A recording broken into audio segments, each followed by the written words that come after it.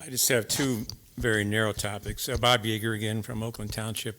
I forgot to mention two of my grandchildren went to Baldwin, Hart Middle School, and Stony Creek High School.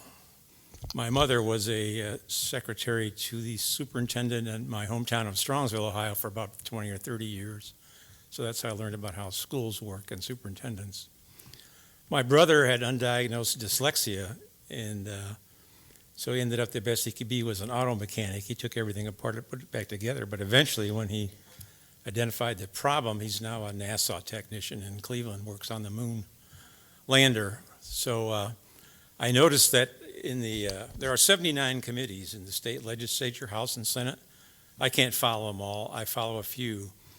The Senate Education Committee tomorrow is talking about 4 bills, Senate bills. I think they're 381, 82, 83, and 84. They all have to do with making schools take care of dyslexia, diagnose it, make sure teachers are trained in it, and even having a state committee to advise people on the issue of dyslexia. So I thought that was great. I just read it today for the first time. It seems like something the school board ought to support. I believe you can legally support legislation, say we think this is a good idea to pass these laws. I think you can do that. Our township does it on certain matters. The second narrow issue is FOIA requests. I've entered about 100 FOIA requests here, Lake Orion Community Schools, a couple other places I can't recall. I entered one to Rochester school system in all that time. Back, I think it was the last day before you went on winter vacation. So I thought, well, I'm not going to get an answer in 10 days, and that's okay. When they get back, we'll start the 10-day clock then. So 10 days went by, and I sent an email, said, well, where's my response? And that was ignored for a while. So I said, well, then I went back and read the procedure, and it says being ignored is the same as being denied. Whoops, now I better go to the appeal stage. So I went to the appeal stage, which I was surprised that it was to go to a next level of the administration. In our township, you go to the Board of Trustees.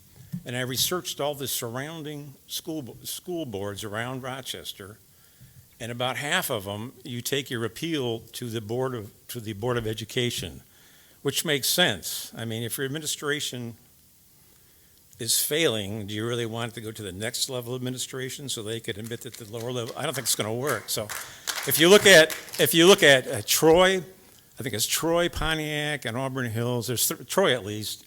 They have an extensive FOIA document, 25 pages long, and all through, whichever these schools are, they all are exactly the same. So they must have got them from a legal service. I suspect there's services that provide documents.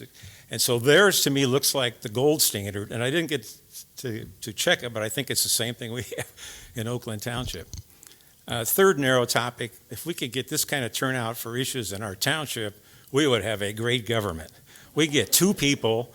And our hot topic issues they're always, if they're going to build something, anybody's going to build something, we don't want anything built in our township, no way, that gets people out. The second biggest issue is changing the menu at the Pink Creek Cider Mill. That was the biggest issue in Oakland Township in the past year, but torches and pitchforks came out full force. So tomorrow we're having a board meeting, and I'm going to make sure they get a summary from me of what's going on in the school system. We have 10% of the students in your school system, I believe, are from Oakland Township.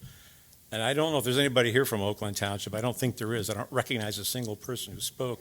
In time. Are there some? Okay, well, we'll make sure that they know about things. Thank you. Thank you.